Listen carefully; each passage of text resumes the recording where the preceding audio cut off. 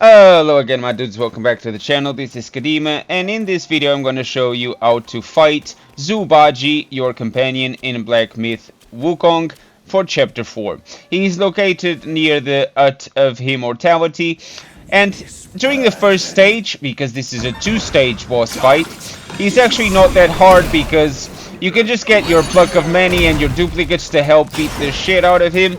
So the spirit also here helps knocking him on his back, so all the spirits and all the duplicates can land their hits. And there you go, pretty much 30 seconds into the fight, he's already halfway down, he's constantly on the floor, he's not really having much of a chance.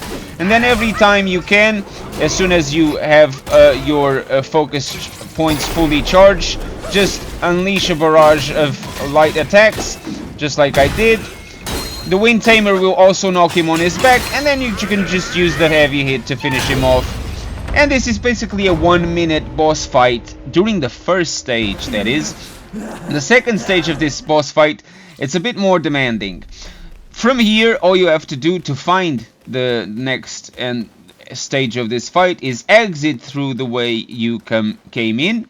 Go to the shrine because you want to replenish your resources after fighting him. I'm taking the time to use some of the sparks I've got to upgrade my attack.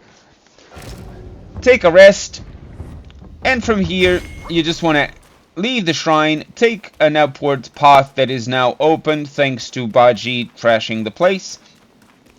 There's a small entrance here that you're just gonna have to interact with. And soon as you make it to the other side, Bajie will be waiting there for you. When you first encounter him during the second stage, he will just show up and there's a small cutscene. If you die here, next time you come back, he will be floating around as a cloud of smoke in the air in his wind form. That doesn't really change anything.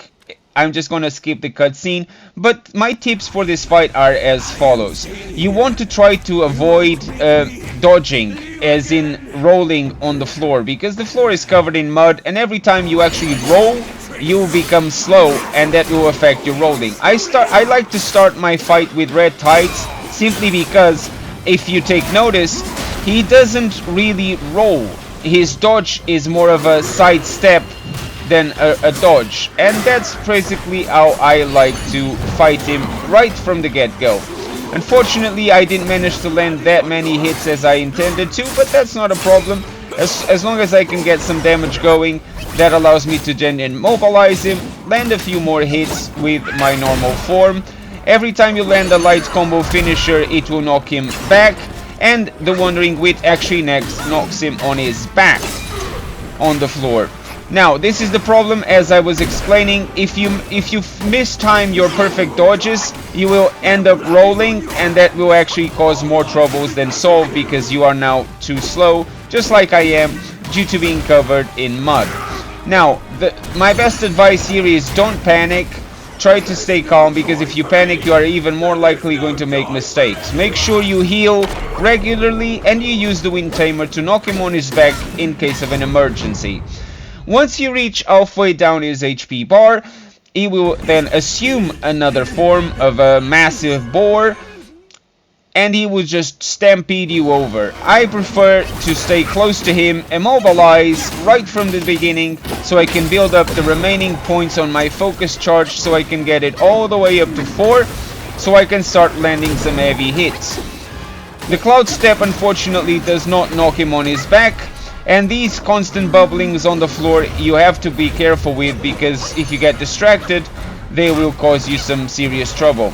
When he goes into his fish form, he makes this shock wave that you can actually jump over. Unfortunately, I was too distracted and didn't actually jump over the shock wave of the mud. When he goes underground as the fish, just roll to your right. 9 out of 10 times he will not even hit you. When he goes into mud-covered boar, try to dodge at the right time as to get perfect dodges. I unfortunately mistime my perfect dodges here, but I also recommend that you try to stay next to this massive rock, as he will often just get trapped behind it and not cause you any damage.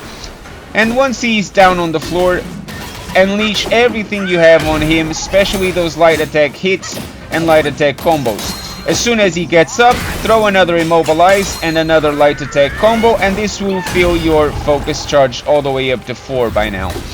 When you land the heavy hit, it will definitely go on the floor, and you just want to go with some more light attack combos.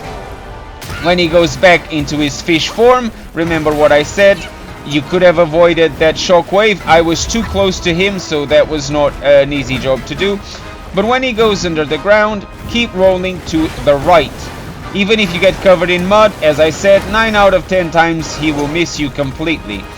When he goes back into mud-covered boar, try to perfect dodge to the right and stay around the rock that is located to my right in front of me now, as he will often just get trapped there, as you see, and he will not cause you any damage.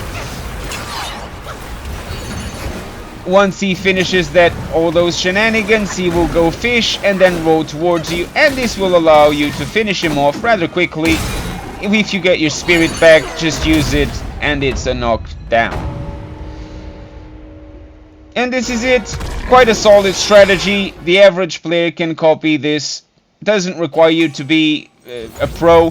What I do strongly recommend is that you pay close attention to your HP bar, because you might often die as you did not heal when you had the chance, and then you expose yourself to a fatal hit.